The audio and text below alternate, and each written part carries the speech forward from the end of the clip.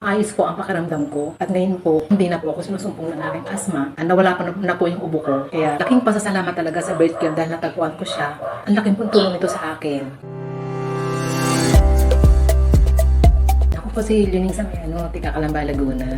Ang problema ko po ay ako po ay may asma. Lagi po ako napapunta sa ospital. Mas pasok po ako kasi po hindi po ako makahinga. Ako po talagang daan ko na pong gamot na sinubukan ay wala pong epekto. Ngayon nakita ko po itong birth care. Tinignan ko po ang mga comment nito. Nakita ko po maganda ang mga comment. Kaya antimano po, nag-order po ako ng 2 bote para po tigis sa kami ng asawa ko. Kasi ang asawa ko ay meron din po asthma. Ngayon, hindi po siya nagtigi. Ako lang po ang nagtigi. Kaya ako na po, nakaubos na po ako ng 2 bote nito. At nung pong naano po ako, naramdaman ko po na talagang maayos po ang pakiramdam ko. At ngayon po, hindi na po ako sinusumpong ng aking asthma. Nawala pa na po yung ubo ko. Kaya laking pasasalamat talaga sa birth care dahil natagpuan ko siya.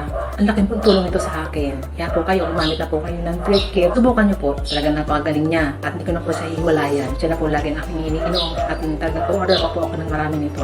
Salamat birth care. Ikaw nakatulong sa akin. Talagang natagpuan din kita sa wakas. Maraming salamat birth care.